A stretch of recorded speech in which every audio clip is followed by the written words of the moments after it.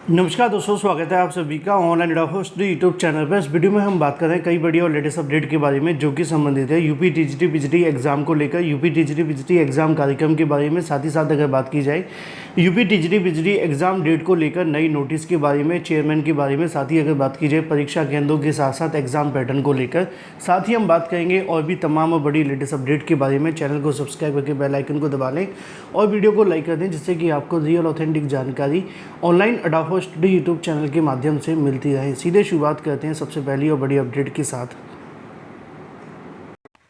दोस्तों, काफ़ी दिनों से अभ्यर्थी कमेंट करके पूछ रहे थे कि सर एमपी टेट वर्ग 3 के लिए कोई बेस्ट स्टडी मटेरियल सजेस्ट हो जिसके आधार पे हमारा कहीं ना कहीं जो पेपर है वो ऐसा हो जाए जो हम पढ़ करके जाएं, सेम वही आ जाए। तो इसको लेकर मैंने चेक कर रहा था और चक्षु प्रकाशन की ये बेस्ट बुक निश्चित तौर पर आप सभी के एग्जाम के पैटर्न के आधार पर 100% तैयार की गई है। यानी कि आप देखेंगे कि जब आप इसको पढ़ेंगे ना तो आपको खुद लगेगा कि जो आपके एग्जाम के लिए मोस्ट एक्सपेक्टेड और इंपॉर्टेंट स्टडी मटेरियल है वो आपको इसके अंदर देखने के लिए मिलता है। और इसमें आप सभी को इतना ही नहीं, 2450 से ज़्यादा महत्वपूर्ण क्वेश्चंस देखने के लिए मिलते हैं। 25 प्रैक्टिस सेट भी आते हैं जैसा कि आप सभी की स्क्रीन पर है, और इसमें मोस्ट एक्सपेक्टेड क्वेश्चंस के साथ में उन सभी की सटीक और सही उत्तरमाला भी दी जाती है व्याख्यात्मक हल के साथ। और ये सभी वो क्वेश्चन है जो आपके एग्जाम के लिए मोस्ट इंपॉर्टेंट है और आने वाले समय के अंदर पूछे जाने वाले हैं। तो प्रिपरेशन करने का सबसे बेहतरीन तरीका कोई है तो वो ये। और अगर आप एमपी टेट वर्ग 3 के लिए सब्जेक्ट वाइज बुक लेना चाहते हैं तो वो भी अवेलेबल है, हिंदी, इंग्लिश, गणित। इसके अलावा जो भी बुक एग्जाम के लिए महत्वपूर्ण है उन सभी के लिंक मैंने आपको वीडियो की डिस्क्रिप्शन में दे दी है। आप इन बुक को अमेजॉन, फ्लिपकार्ट या किसी भी ऑनलाइन वेबसाइट से या ऑफलाइन जाकर के स्टोर से भी परचेस कर सकते हैं। आपके नज़दीकी घर के आसपास भी अवेलेबल है। अभी जाएँ और चेक करें, अपनी प्रिपरेशन शुरू कर दें।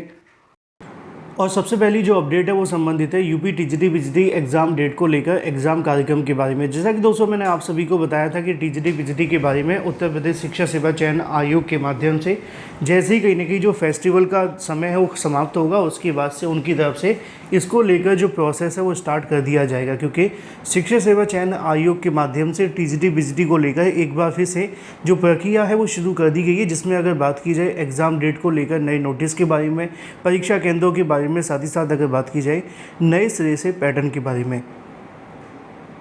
क्योंकि अभी तक जो शिक्षा सेवा चयन आयोग के माध्यम से परीक्षा को लेकर नोटिस जारी किया गया था उसमें आप सभी को बताया गया था कि आपकी परीक्षा अक्टूबर-दिसंबर में होने वाली है।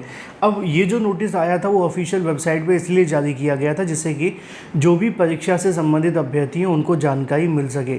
लेकिन अब उत्तर प्रदेश शिक्षा सेवा चयन आयोग के माध्यम से बड़ी जानकारी निकल कर सामने आ गई है। और पहली जानकारी ये है कि एग्ज़ाम डेट को लेकर एक वो नया नोटिस और जारी कर रहे हैं, और ये नोटिस भी आपकी एग्ज़ाम डेट के संबंध में है। लेकिन इसमें थोड़ी सी कहने की चीज़ें बदली होंगी, और वो ये होगा कि अब जो नोटिस जारी किया जाएगा उत्तर प्रदेश शिक्षा सेवा चयन आयोग के माध्यम से, उसमें तमाम जो भी कहने की जिला विद्यालय निरीक्षक हैं, जो भी कहने की विद्यालय हैं जो उत्तर प्रदेश के अंदर परीक्षा कराने के लिए वैलिड हैं यानी कि सरकारी हैं, उन सभी को कहने की भेजा जाएगा, जिसमें आयोग के माध्यम से टीजीटी की परीक्षा और पीजीटी परीक्षा के बारे में परीक्षा केंद्र मांगे जाएंगे। हालांकि मैं एक बात आपको पूरे तरीके से कंफर्म कर दूं कि उत्तर प्रदेश शिक्षा सेवा चयन आयोग के चेयरमैन के माध्यम से इसको लेकर जो नया नोटिस आप सभी के लिए जारी किया जा रहा है उसमें सिर्फ मात्र आपकी पीजीटी को लेकर कहने की परीक्षा केंद्रों के बारे में और टीजीटी परीक्षा केंद्रों के बारे में ही जानकारी नहीं मांगी जाएगी।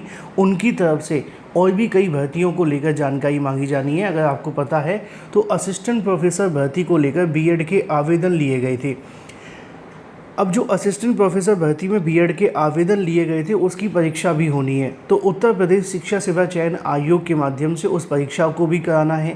हालांकि अभी इसको लेकर उन्होंने ऑफिशियल अनाउंसमेंट तारीख की नहीं की है, लेकिन उनका कहना ये है कि उसमें बहुत ज़्यादा अभ्यर्थी नहीं है, मुश्किल से 20-22 हज़ार अभ्यर्थी होंगे।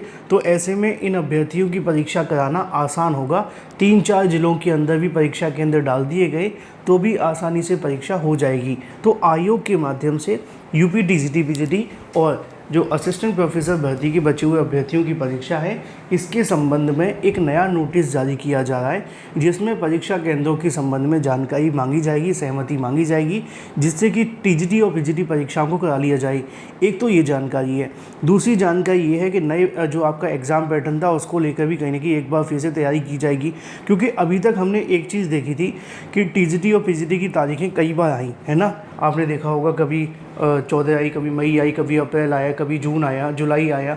लेकिन इन तारीखों में एक ख़ास बात ये रही कि आयोग ने परीक्षा की तारीखों को लेकर तो कंफर्म किया था, लेकिन एग्ज़ाम के बारे में कुछ चीज़ें तैयार नहीं की थी। जैसे कि अगर बात की जाए क्वेश्चन पेपर का बनना, ओएमआर सीटों की प्रिंटिंग प्रेस तक जाना, इसके अलावा और भी बहुत सारे काम थे। ये गोपनीय काम होते हैं, लेकिन ये पिछली बार भी नहीं हो पाए थे। उसकी वजह क्या थी? उसकी वजह ये थी कि अभ्यर्थियों ने धरना प्रदर्शन किया हुआ था। आयोग ने ये बहाना मार लिया कि भाई ऐसा हुआ है, इस वजह से ऐसा नहीं हो पा रहा है। लेकिन जो भी हो मामला, लेकिन मामला ये है कि चाहे वो आपका क्वेश्चन पेपर हो या क्वेश्चन पेपर के साथ में ओएमआर से संबंधित कार्य करना, ये जो कहीं न कहीं गोपनीय काम थे वो आयोग से पिछली बार भी नहीं हो पाए थे। तो ऐसी कंडीशन में अब एक बार फिर से कहीं न कहीं उत्तर प्रदेश शिक्षा सेवा चयन आयोग के माध्यम से टीजीटी बीजीटी की नई तारीखों को ध्यान में रखते हुए उन्होंने कहीं न कहीं टीजीटी बीजीटी को लेकर ओएमआर और क्वेश्चन पेपर को लेकर जो प्रक्रिया है वो शुरू कर दी गई है, जिससे कि कहीं न कहीं इनके संबंध में इस बार ये परीक्षा करा ली जाए। अब देखना ये दिलचस्प होगा कि कितने परीक्षा केंद्र टीजीटी बीजीटी के लिए एलिजिबल होते हैं, कितने परीक्षा केंद्रों के माध्यम से सहमति दी जाती है। क्योंकि अब तक जो हमने बार बार देखा है वो यही होता था कि परीक्षा केंद्रों को लेकर परीक्षा की तारीख आती थी, फिर परीक्षा स्थगित हो जाती थी। कभी कहा जाता था कि परीक्षा केंद्र नहीं मिलते तो कभी कुछ और, लेकिन जो भी चीज़ें होंगी वो तो बाद में डिसाइड होंगी। अब मुद्दे की बात इतनी सी है कि टीजीटी बीजीटी को लेकर चेयरमैन के माध्यम से एक नया नोटिस आने वाला है। अब ये जो नोटिस आपको देखने के लिए मिलेगा 2-4 दिन में ही आ जाएगा। कल मंगलवार है, मंगलवार को आयोग में एक बैठक भी होती है। अगर सभी अधिकारी मौजूद रहते हैं, सभी अधिकारी आते हैं, तो ये बैठक भी आयोजित हो सकती है और उसके बाद में इसको लेकर कहीं न कहीं आयोग के माध्यम से ऑफिशियल नोटिस आ जाएगा। तो ये तो बात हो जाती है टीजीटी बीजीटी एग्ज़ाम के बारे में। वहीं दूसरी तरफ अगर आप प्राथमिक शिक्षक भर्ती के लिए आवेदन करने की सोचें तो एमपी के निकली हुई है। एमपी में अगर आप प्राथमिक शिक्षक बनना चाहते हैं तो उसके लिए आपके जो आवेदन की प्रक्रिया है वो चल रही है। आवेदन कैसे करना है उसके संबंध में आप ऑफिशियल वेबसाइट पर चले जाना। 31 अगस्त तक का आपको समय दिया गया आवेदन करने का। पदों की संख्या 3000 के समथिंग है। योग्यता आप जानते हैं, बीटीसी जो भी डीएलएड करने वाले अभ्यर्थी हैं टीईटी के साथ में आवेदन कर सकते हैं, ठीक है। बाकी एज लिमिट के बारे में, सिलेबस के बारे में, एग्ज़ाम के पैटर्न को लेकर और भी कोई जानकारी जाननी है तो सिंपल सा प्रोसेस है, ऑफिशियल वेबसाइट पर जाकर के नोटिफिकेशन डाउनलोड कर लेना। इसके बारे में समाचार पत्रों में भी जानकारी समय समय पर आती रहती है। आप चाहे तो यहाँ पे भी देख सकते हैं 2339 पदों पर भर्ती निकाली गई है। इसके अंदर न्यूनतम जो आयु है वो 21 से 40 वर्ष रखी गई है। लिखित परीक्षा के आधार पर आपका चयन होगा, 500 रुपये लिए जाएंगे। ऑफिशियल वेबसाइट नीचे लिखी हुई है esb.mp.gov.in, ठीक है, ये वाली वेबसाइट होगी। और एक काम की बात और है आपके लिए, वो ये है कि यहाँ पर जो शिक्षक बनने की योग्यता है उसके संबंध में लिखा है कि बीटीसी डीएलएड और बीएड, जो शिक्षा शास्त्र में बीएड है वो आवेदन करेंगे, ठीक है। एक विषय में स्नातक की डिग्री के साथ करना चाहिए आपको।